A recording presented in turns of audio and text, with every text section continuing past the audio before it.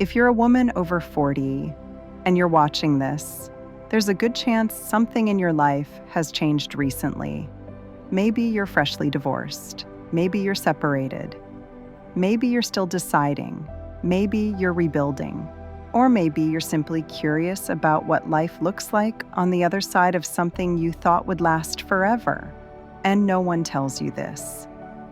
But divorce in your 40s feels completely different than breakups you had at 20 or even 30. At 20, heartbreak feels like drama. At 30, heartbreak feels like disruption. But after 40, heartbreak can feel like an earthquake. Except here's the truth. Almost no one says out loud, life after divorce is not the end of your story. It's the beginning of the part where you finally meet yourself, your real self, your whole self, your unedited self. This video is not about regret. It's not about blame. It's not about analyzing the past. This is about what happens after. The things nobody told you. The things you only learn when you live them. So sit back, breathe. Let this next half hour be for you. Just you. You deserve that much.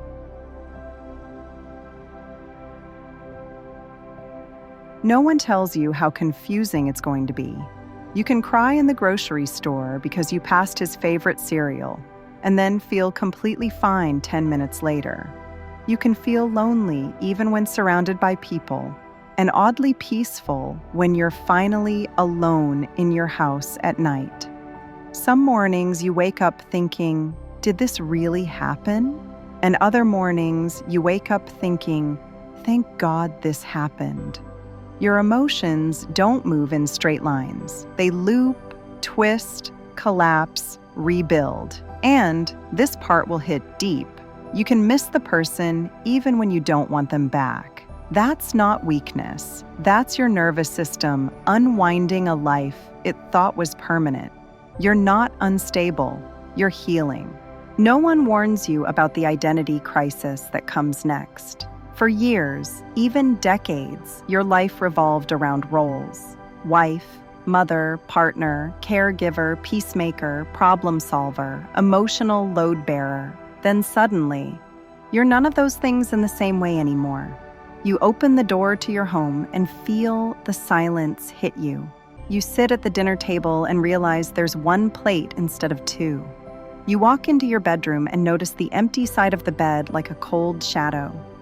You scroll Netflix and you don't even know what you actually like to watch because you always compromised.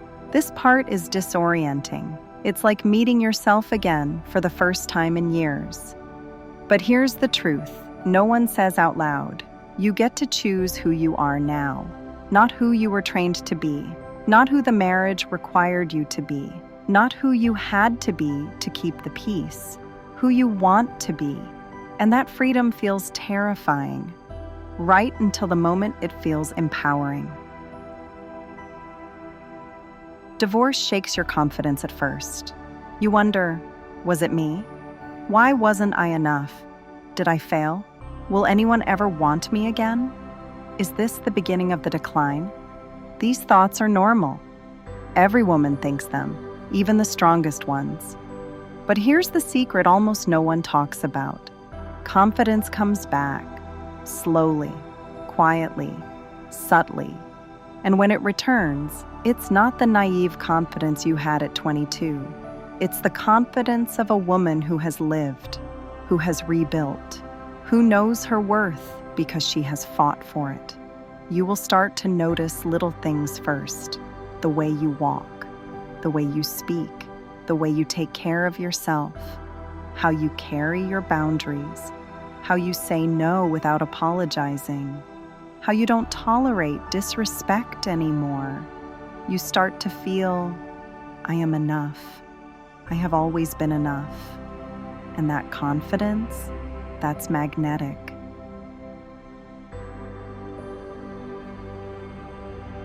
The loneliness hits differently after 40. It's not like the loneliness you felt in your 20s. Back then, it was temporary, even exciting. Now it feels heavier, sharper, more layered. You miss having someone to text that you got home safe. You miss the small routines, the morning coffee, the shared blanket on the couch, the automatic "did you eat?"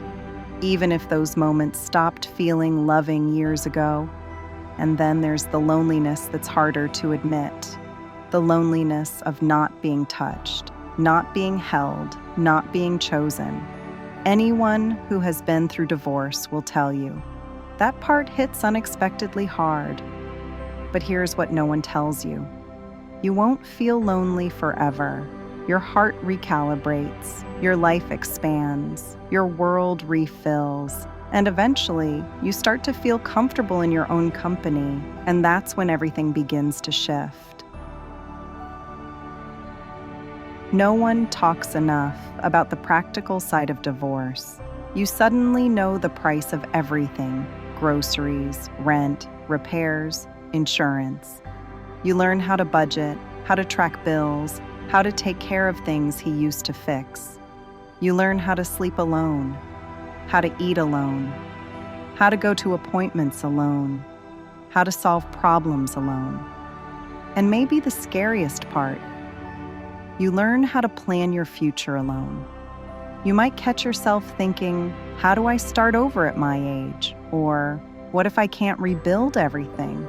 Or why is nobody talking about how terrifying this stage is? But here's the truth. You are more capable now than you have ever been in your life. You have experience. You have resilience. You have emotional intelligence you didn't have at 25. Divorce forces you into competence you didn't know you could have, and eventually, you start to trust yourself again. No one tells you that divorce comes with grief, even if the marriage was long over emotionally. It's not just grief for the person, it's grief for the life you thought you would have. The version of you that existed inside that life. The dreams you assumed would happen. The future you planned in your head for 10, 20, 30 years. And this grief doesn't follow rules.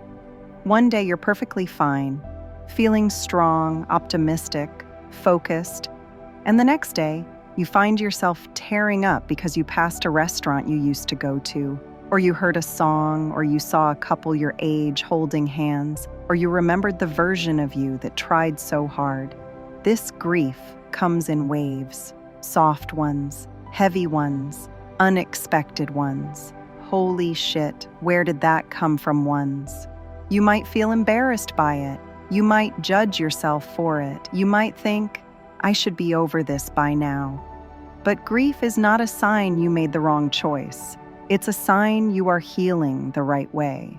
It's the emotional detox from years of holding things together. And here's the part that matters. The waves get smaller. They get farther apart. You stay standing through each one. And eventually, the grief fades and the clarity stays.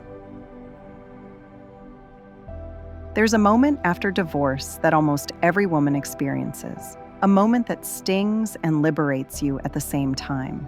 It's when you realize just how much you were carrying alone.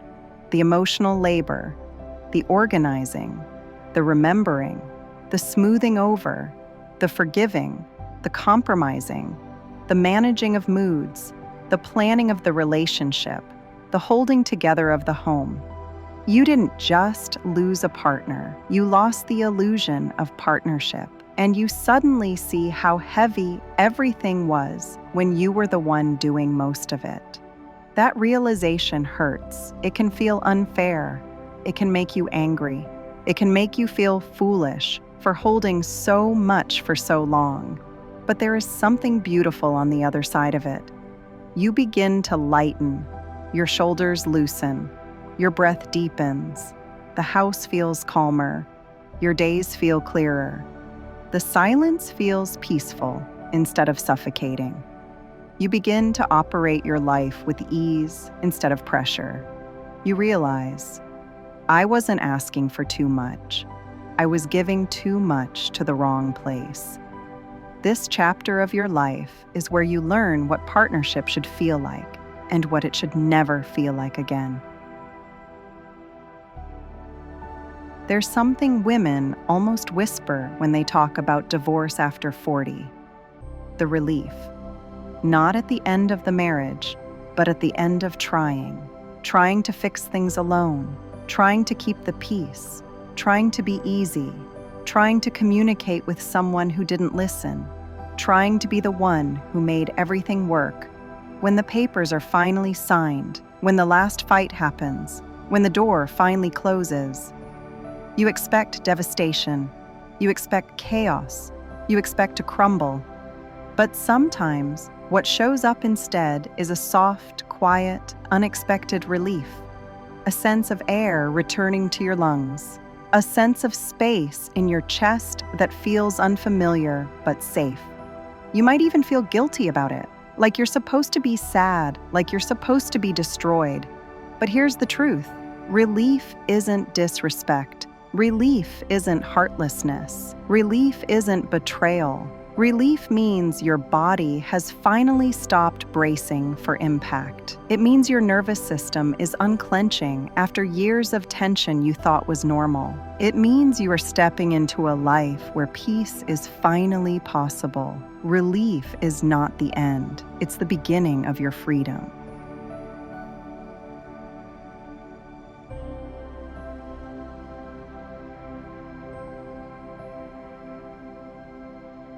Being alone after divorce is one of the hardest transitions for a woman over 40, not because you fear solitude, but because you forgot what your own company feels like. You spent years sharing space, sharing routines, sharing decisions, sharing a life. So the first nights alone can feel like a shock. The quiet feels too loud. The evenings feel too long. The bed feels too big. The house feels too empty.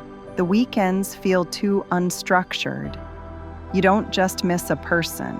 You miss the presence of a life intertwined with yours. But something changes as the weeks go by. You start filling the silence with your own voice again.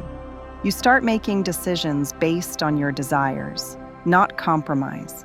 You start discovering small rituals that feel good, a morning walk, a particular candle, a cup of tea exactly the way you like it, music you stopped listening to, a hobby you abandoned, food he didn't enjoy but you always loved.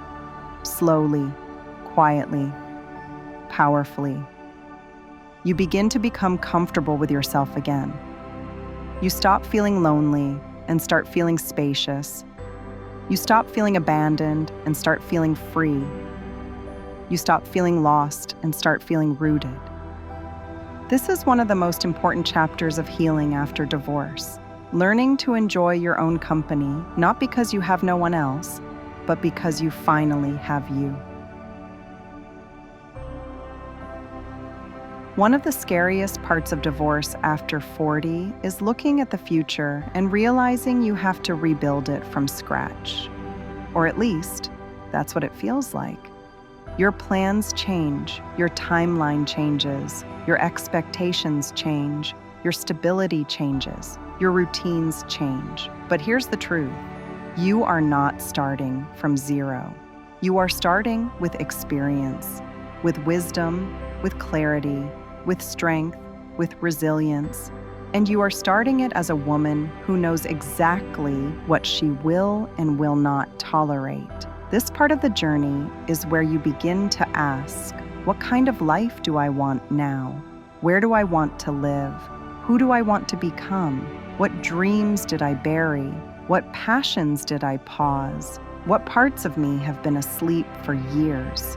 And for the first time in a long time, you realize you get to choose. You get to build a future that feels like yours, not a compromise, not a negotiation, not a performance, yours. And rebuilding isn't a punishment, it's an invitation to design a life that finally fits, an invitation to step into a chapter where your joy matters just as much as everyone else's, an invitation to create a future that feels peaceful, aligned, and deeply, beautifully yours.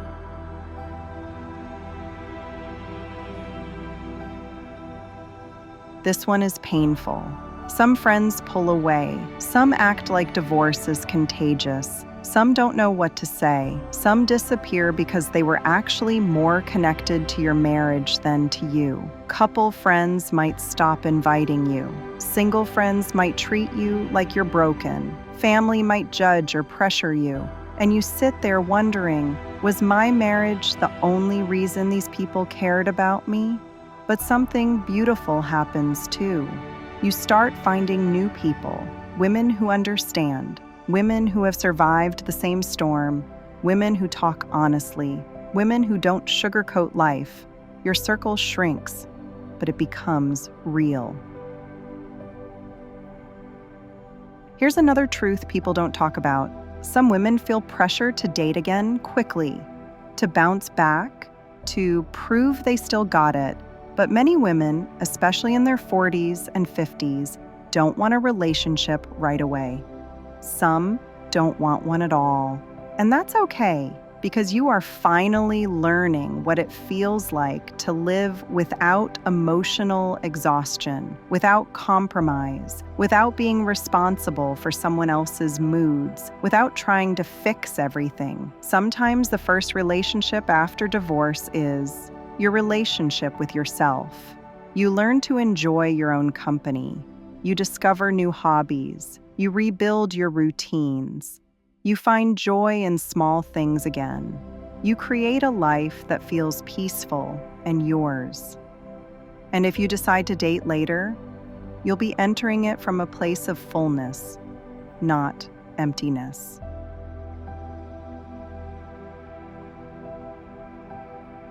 There will be a day, and you won't know it's coming, when something small happens and it hits you. You're free. Maybe you rearrange the furniture the way you like it. Maybe you buy the food he never wanted in the house.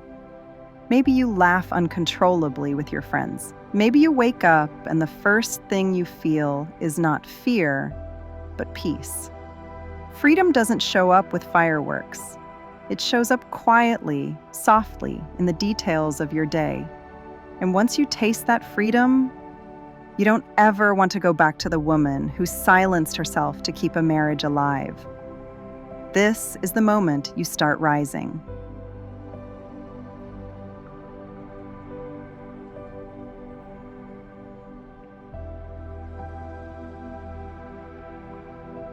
Once you decide you want to start dating again, you realize this is the part no one prepares you for. Dating after 40 is strange, refreshing, confusing, empowering, sometimes hilarious, sometimes disappointing. You're not the nervous girl you once were. You don't tolerate disrespect. You don't chase. You don't beg for effort. But you do crave connection, intimacy, being seen again, being desired again. And then the fear creeps in. Is it too late for me? What if no one chooses me? What if I don't remember how to flirt? What if I don't look good enough? Listen carefully. A woman in her 40s, 50s, 60s who knows her worth is one of the most attractive forces on earth. You are not past your prime. Your prime is who you become when you stop abandoning yourself. This is the part no one warns you about, because it sneaks up on you. You become calm, not because life is easier, but because you are stronger. You start trusting your decisions. You stop overthinking everything. You stop living for others' approval. You start building a life that feels like home. You realize you're no longer scared of being alone. You realize you're no longer scared of the future. You realize you're no longer scared of starting over. And suddenly, life after divorce isn't something you survive. It's something you design. It's something you own. It's something you rise from.